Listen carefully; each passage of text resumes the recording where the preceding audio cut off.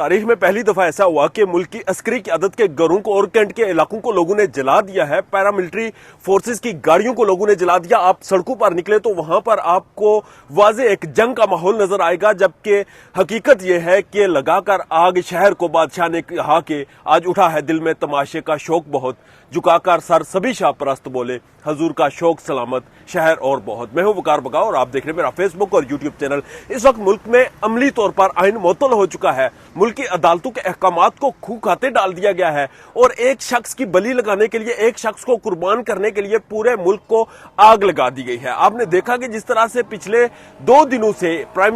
سابق prime minister Imran Khan کی گرفتاری کے بعد جو ماحول کریٹ کیا گیا، جس طرح کی فضا قائم کی گئی، وہ انتہائی افسوسناک ہے۔ اس وقت جو صورتحال ہے وہ ملک بھر کی تمام بڑی سڑکیں جو آپ جائیں تو وہ بند ہیں، ملک پورا جام ہو چکا ہے اور مظاہرین سڑکوں پر آمنے سامنے ہیں فورسز کے، اور پاکستان کی وہ فورسز جنہیں بارڈر پہ کھڑا ہونا چاہیے تھا انہیں مختلف شہروں میں بلا لیا گیا ہے۔ اسلام آباد، پنجاب اور دیگر بڑے شہروں میں انہیں بلا کر ان کے جو امن و امان کی صورتحال تھی وہ پاکستان آرمی کے زیر اہتمام دے گی ہے، اور یہ کہا گیا ہے کہ یہ سارے معاملات جو ہیں یہ آرمی اب ڈیل کرے گی۔ جبکہ اس وقت ملک کی جو صورتحال ہے اس میں عوام سڑکوں پر آ چکی ہے، اور اس وقت اگر آپ اسلام آباد کی صرف بات کریں تو سری نگر جو ہائی وے ہے وہاں پر ایک بہت بڑی تعداد خیبر پختونخوا سے آنے والے لوگوں کی جمع ہو چکی ہے، اور پولیس کے ساتھ ان کی ایسی جنگ جاری ہے جیسے کوئی دشمن ممالک کی فورسز اس ملک میں گھس آئی ہوں۔ وہاں پر دونوں طرف سے ایک دوسرے پر حملے کیے جا رہے ہیں، اور وہ حملے اتنے شدید ہیں کہ 12 سے زائد لوگوں کی کیجویلٹیز کی اطلاعات ہیں،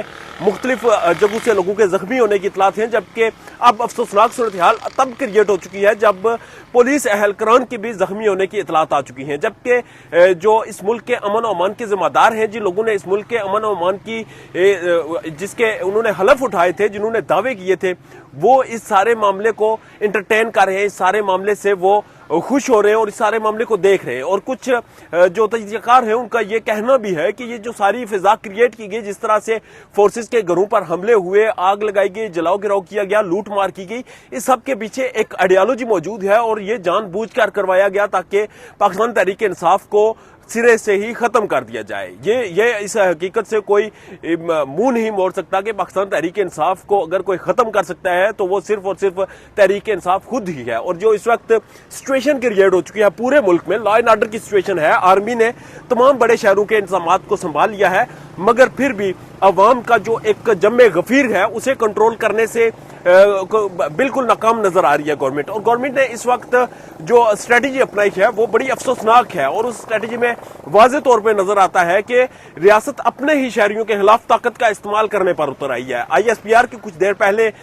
پریس بریفنگ آئی ہے، انہوں نے واضح کیا کہ جن لوگوں نے بھی انتشار میں حصہ لیا یا جن لوگوں نے بھی پروٹیسٹ میں حصہ لیا ان کو آہنی ہاتھوں سے نپٹا جائے گا، ان کے ساتھ کسی قسم کا نرم رویہ نہیں برتا جائے گا۔ اور جس طرح سے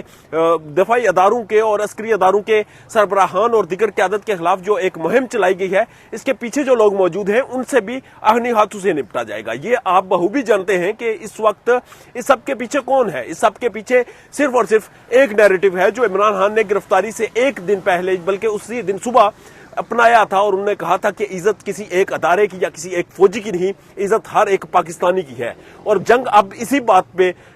جو ہے وہ جاری ہے کہ عزت کس کی ہے۔ ادارے کہہ رہے ہیں عزت ہماری ہے، عوام کہہ رہی ہے عزت ہماری ہے، مگر ثابت نہیں ہو پا رہا کہ عزت ہے کس کی۔ عدالتیں اس وقت عملی طور پر خالی ہاتھ ہیں۔ آج اسلام آباد ہائی کورٹ میں جو بندر قلعہ لگا اس کو بھی آپ نے دیکھا، ٹیریان وائٹ کیس میں جو کچھ ہوا اس کو بھی آپ نے دیکھا۔ یہاں پر اب قانون وہی ہے کہ اب جب آپ کی مرضی کے آپ کے نیچے جو ججز موجود ہیں وہ فیصلے دیں گے تو قانون آپ کا ہے، اگر وہ آپ کی مرضی کا فیصلہ نہیں دیں گے تو پھر کوئی بھی ہوگا وہ اٹھ کر یہ کہے گا کہ ان کو فارغ کر دیا، اب انکوائری بنے گی، اب نیا قانون آئے گا، نئے فیصلے سنائیں گے، نیا بینچ بنے گا۔ اسی طرح سے آپ نے جب دیکھا کہ جو سڑکوں پہ صورتحال ہے عوام کے ساتھ اور سیکورٹی فورسز کے ساتھ، وہ اس قدر شدید ہو چکی ہے کہ اسے اب اس سے نپٹنا اس وقت کی جو موجودہ طاقتیں ہیں ان کے پاس کی بات نہیں رہی، اور جس کے لیے اب آرمی کو بلایا جا رہا ہے۔ تو آرمی جب آ چکی ہے تو آپ سمجھ سکتے ہیں کہ غیر اعلانیہ طور پر ملک بھر میں ایمرجنسی نافذ ہو چکی ہے۔ اب حالات کس طرف جاتے ہیں؟ آج کی رات کہا یہ گیا ہے کہ گرینڈ آپریشن ہوگا، اور اس گرینڈ آپریشن میں ریاست اپنے ہی شہریوں کے خلاف طاقت کا استعمال کرے گی اور طاقت کے ساتھ ان سے نپٹے گی۔ تو اس کو آپ بہتر طریقے سے انالائز کر سکتے ہیں کہ طاقت کا استعمال کیا ہوتا ہے، اور ریاست جب طاقت کا استعمال کرتی ہے تو اگر ریاست اگر نرمی سے پیش آ رہی ہے تو 12 لوگوں کی ہلاکت کی اطلاعات آئی ہے، اور اگر طاقت کا استعمال کرے گی تو کیا ہوگا فیصلہ آپ خود کر لیں۔ اجازت دیجیے گا، اللہ نگہبان۔